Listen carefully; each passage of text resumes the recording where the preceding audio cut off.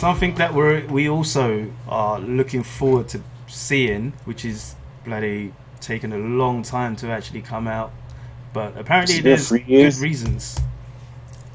What's that? Has it been 3 years? Longer? How long has it been? Probably. I think it's been longer than 3 years, actually. Damn, has it? 2015. You know, yeah, that's a while, man. Yeah, that's like, sheesh. 5 years, man. Yeah. So it's been that long, this whole Free Jokers thing. Yep. So that's insane. Yeah, Batman Free Jokers issue 1 finally gets a release date. Can't wait for that. Yeah, so basically Free Jokers is coming out on June 17th. Yeah. So who was this that wrote that? Who's this? I think this was DC. They said, after years of anticipation, the epic story is finally here. Find out why there are 3 Jokers and what that means for the decades-long battle between the Dark Knight and the Clown Prince of Crime. In this powerful, emotional story, Batman, Batgirl and Red Hood, all past victims of the Joker, work together to solve a mystery unlike any they've ever faced before. So yeah, it's over 4 years in the making. Jeff Johns and Fabuk, what's his full name?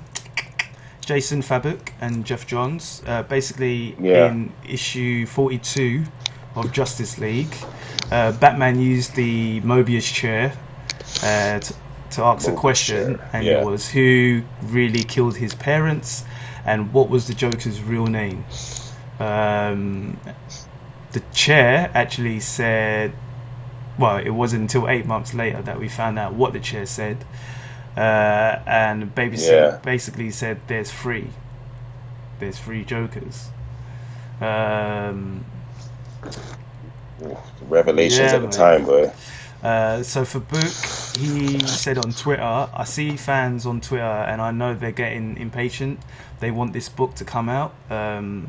Jeff Johns and I have come to realise that everything will happen within its time because it's taken so long. We've actually made this story better.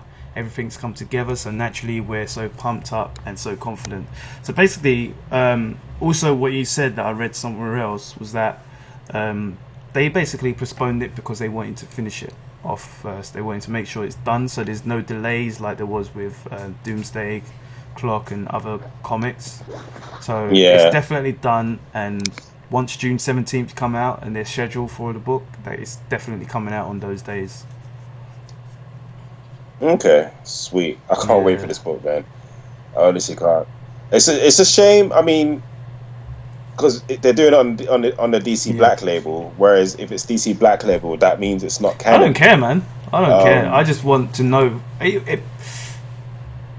I don't know. It could be canon. I think they'll make. If it's good enough, they're gonna do the what they did with Killing Joke. I think they did with the Killing Joke. If it's that good, then they will definitely make it canon. Yeah. I just think they won't want there to be because, to be honest, when I first heard that there were 3 Jokers, I actually didn't like that. Me neither. Do you know what I mean? But me neither. I wanted to know why. But I didn't like the idea of it. And so if it's not canon, I'd probably be even if it's a dope story, I'd be happier if it's not canon. Do you know what I mean? This is what did you read? Was it Rebirth or which one was it where the Joker and Batman both died, but they came back with the what's that? What is it called? The thing that resurrected Jason Todd. The Lazarus Pit. Oh, the Lazarus Pit. Where so Joker did what with it, sorry? I need to research this because the Joker had died, and they found like old pictures of the Joker like from back in the days, and then Joker died, or Batman was fighting the Joker, and it was basically explained that the Joker is old, but he's been using the Lazarus Pit every now and again, and I think it was near the Batcave or something. But he was using the Lazarus Pit to replenish himself all the time. I think I remember that. I can't remember what book it was though. Remember. I'm not even sure if I was reading it, but I remember it. If that makes sense. And I remember there was some talk of the Joker, like, oh, what if he's like supernatural because he always dies, or he's always in these situations where it looks like he dies and then he just comes back. And I was saying I can't wait for this story. I've been waiting ages for it. And DC Black Label, everything that I've read so far and what they're doing, it's just been sick. It really is. Okay. Cool. Yeah. Next thing, Seattle's Emerald City Comic Con has been postponed due to the coronavirus. Yeah. I couldn't have gone anyway, but yeah, it's a lot of things are getting cancelled now.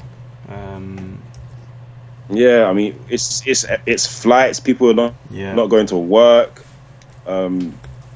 It's crazy. This whole thing is. That's a shame about Comic-Con. It makes me wonder what's going to happen when it's Comic-Con over here. New York, San Diego and New York Comic-Con, which are like the two biggest ones where we get the best information. It's a real shame. It's a real shame, man. This bloody thing. People don't help. People are gross. All the videos that are going around on things that people do, and I'm like, why weren't you people washing your hands and cleaning yourselves before? Why did it take a worldwide pandemic for you to want to start washing your hands? So nasty. So South by Southwest, that may be cancelled as well, I think. E3 was cancelled, I think I saw. Yeah. E3 was cancelled? I think they're cancelling that. Whoa.